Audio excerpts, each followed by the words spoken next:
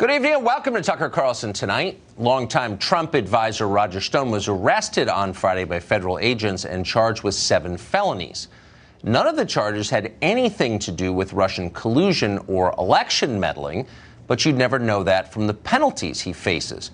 If convicted, Stone could die in prison. Nobody in Washington seems to find that punishment excessive. Many have cheered it.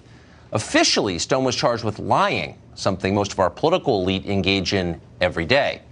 But his real crime was flamboyance. Stone has spent the last 40 years giving the finger to the people in charge. In the end, they got him. They always do. Stone's arrest is already fading from the headlines, replaced by the latest political crisis of the moment or some new skirmish in the ongoing culture wars. Soon we'll forget it ever happened. But before we do, it is worth taking just a moment to consider a few basic questions about it, if only because nobody else is going to. First, why did the Justice Department stage what was, in effect, a military assault on Roger Stone's house?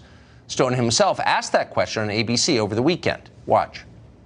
The idea that a 29-member SWAT team in full tactical gear with assault weapons would surround my house, that I would open the door looking down the barrel of assault weapons, that I would be frog-marched out front, barefooted and handcuffed when they simply could have Roger, let me just, contacted me. Let me I stop think people need to know about that. Yeah, but as you know, it's pretty standard for that to happen. That's pretty standard, as you know.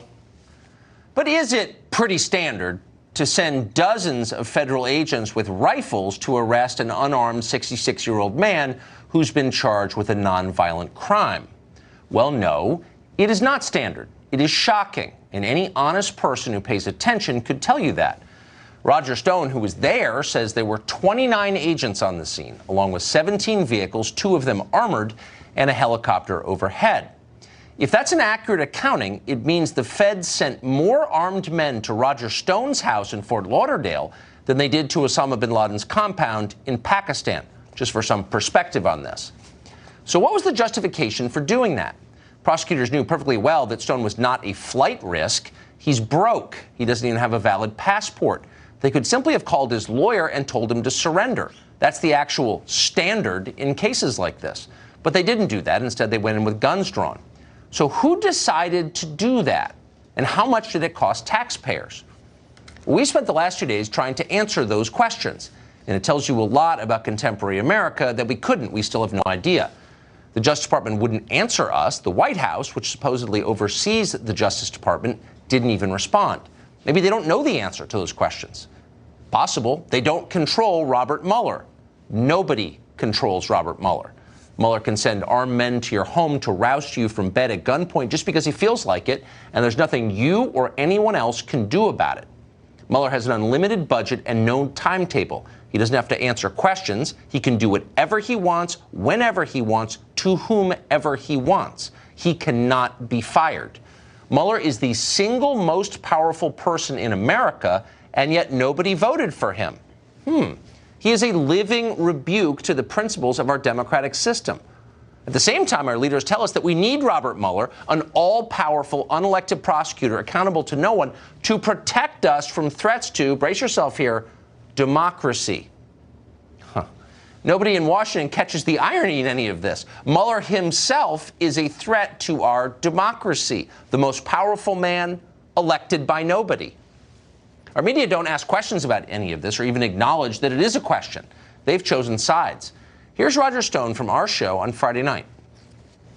It's disconcerting that CNN was aware that I would be arrested before my lawyers were informed. So that's disturbing. If it was a dangerous situation, which would merit the SWAT team, well, then CNN's cameraman would be in danger. I don't know why they would be allowed to be there. So that's a fair question, no matter who asks it. And many began asking it within minutes of Stone's arrest on Friday morning. How did CNN know about a raid that was supposed to be secret? Did they learn from Mueller's team? Well, CNN reacted angrily to the question. We're reporters, they said. We're not state media. We didn't collude with the feds. We used reporters' intuition. Yesterday, CNN President Jeff Zucker dispatched his minions to bat down further questions on this topic. Watch. On the right, on the fringes of the right, a conspiracy theory spread, and I won't get into it, but it was about CNN and Robert Mueller, and it spread that we were tipped off by Mueller. Sure. Give me a break. Right, to embarrass Roger Stone and to record his arrest, so I guess it would embarrass him. It's like they were saying it's propaganda. A lot of people, including some mainstream commentators and journalists, started asking questions about this conspiracy theory. And I think as journalists, we have to be very careful not to allow bad faith actors to hijack the conversation and to move the story away from what it really should be. Save that tape. It's one for the ages because it summarizes everything. So just to recap what you just heard, we journalists, says CNN, need to fight back against the, quote, fringes of the right who just want to, quote, move the story away from what it should really be, end quote, which, it goes without saying, CNN decides. They decide what the story should really be, and if you don't agree, you're on the fringes of the right. In other words, shut up, you guys. Stop asking questions we don't feel like answering. But this show persisted because that's our job. And so we asked both CNN's official spokesman and the kid you saw playing media reporter on the screen a very simple question. Did Mueller's office help you with your story? The response, of course, feigned outrage. How dare you? You're right wing. Be quiet. But when we kept pressing them, an interesting thing happened. They didn't deny it. So to be totally clear, here's the specific question that we asked. Quote, did federal law enforcement officials confirm the raid on Roger Stone's house to CNN before it happened? Very simple question. And when we pressed it, CNN dropped the fake outrage. They just refused to answer. Because, of course, CNN talked to Mueller's people before the raid. There was never any doubt about that. All the barking aside, Mueller wanted the raid on Roger Stone's home caught on tape and publicly aired as a warning to other disobedient witnesses about what can happen to you if you step out of line. CNN was happy to oblige. So CNN acted as the public relations arm of the Mueller investigation, as they have before, and then they lied about it in the most self-righteous possible way and sent those kids out on TV to lie some more.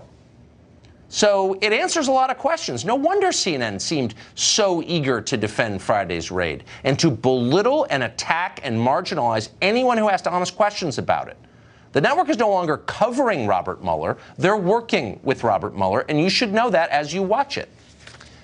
Kim Strassel writes for the Wall Street Journal editorial page, and she joins us tonight. Kim, great to see you. So before we get into any of what we've just been talking about, there was news today from the administration that the Mueller investigation is reaching its final stage. Do you think that's true? And what does that mean exactly? I hope so, Tucker, because 2 years of this is too long. We need some answers. It needs to happen soon. This could be the best thing that happened to the country in a very long time, if it is indeed finishing up. Well, that's, I mean, what a distraction from a lot of important things that are happening. So as someone who covers the criminal justice world for a living, give us some perspective. Late middle-aged guy, no history of violence, no passport, no firearms in the home, under investigation for over a year, emails and texts already in the possession of the prosecutor. Would you send dozens of armed men to arrest him? Is that normal? No, of course not.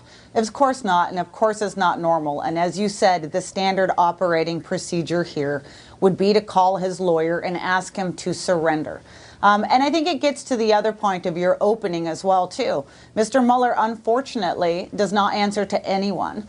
And as a result, we can bring up these topics. You can call and ask the question, why did you do it? He doesn't have to answer it, and he doesn't have to answer to anybody in the end. And that is one of the reasons that we should hope that all of this is ending, especially when you look at the list of people he's gone after and the crimes for which they've been gone after. Nearly all of them crimes that he claims that they have committed after he was appointed as special counsel, not any for the time period he was actually asked to investigate, at least not of Americans. So as a constitutional question, how in a democratic republic can you have someone who's accountable to no elected person, who's accountable to no voters, in other words? I thought all power in the government emanates from voters, but Mueller stands apart. How can this be constitutionally allowed? Well, legal scholars have had a lot of problems with the special counsel law for a long time, partly on reasons that you just mentioned, and also on accountability questions as well, too. Now, look, in theory, he can be fired, okay? But what we both understand is that politically he can't be fired because of the brouhaha that would come up if anybody were to actually tell him to step down. So why doesn't this, I mean, apart from what you think of Trump, or maybe you believe Trump is a secret agent working for Vladimir Putin, but even if you believe that, why wouldn't, and you were a liberal, why wouldn't you be very worried about a prosecutor who was operating wholly outside the system and accountable to nobody? I mean, if you really cared about democracy, that would terrify you, wouldn't it? Well, we've seen the left change their view on all kinds of things, Tucker. Remember, this is a party that at one point cared about abusive law enforcement tactics. They cared about the things you just mentioned, accountability, making sure that there was accountability in democracy and that someone had to answer to someone else. But when it comes to Donald Trump, they're quite happy to throw all of that on the other side. And it's been very frustrating to people like me who've been trying to write about Mr. Mueller's probe in an objective way and look at the evidence out there in an objective way and say, look, would anybody like to see what happened to Carter Page happen to anybody else on the basis of the opposition research that they used? The Democrats should be very worried that a future Justice Department might do this to one of their candidates, and no one should want that. I will defend that candidate if it ever happens. I mean it. I think this is totally wrong. Kim Strassel, thank you very much for that perspective. I appreciate it. Thank you.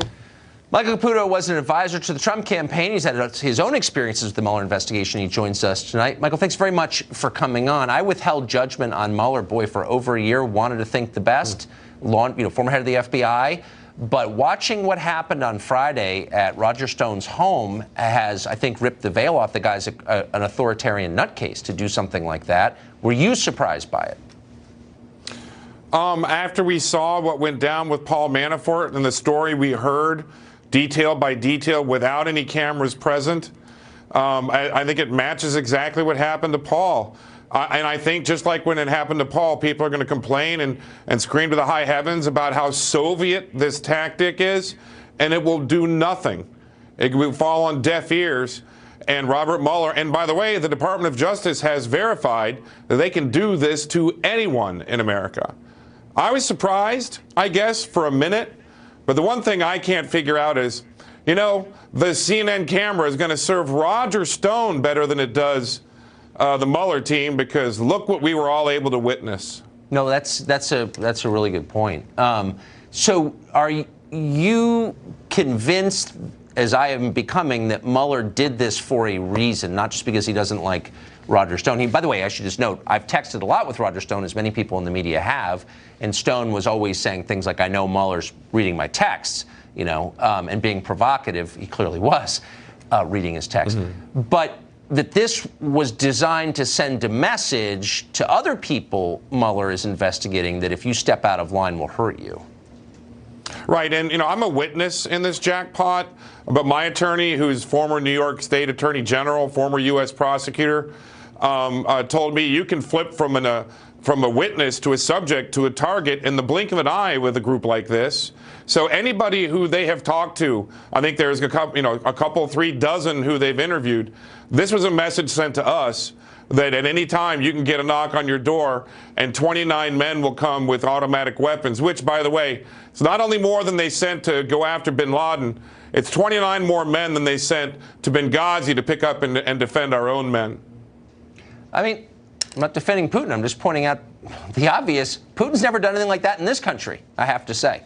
We don't live in terror of Putin doing this here. So it tells you a lot. But you know what? He does it all the time in Russia. And for all of us who have been concerned about Russia's involvement in our elections, we have to realize that we are now living in Russia. This is what Vladimir Putin does. I lived there for 7 years before Vladimir Putin took over. It was happening then, too. And, that's where we are today. Yeah, well, I don't want to live in that country. I'll tell you, Tucker, the one thing I'm really concerned about is Roger's funding. That's why I'm trying to help him raise money at Roger Stone, GoFundMe.com. Yep. He's going to have to come up with $100,000 every 2 months until this thing's over, because he's fighting it to the end. That's unbelievable. Michael Caputo, thank you very much.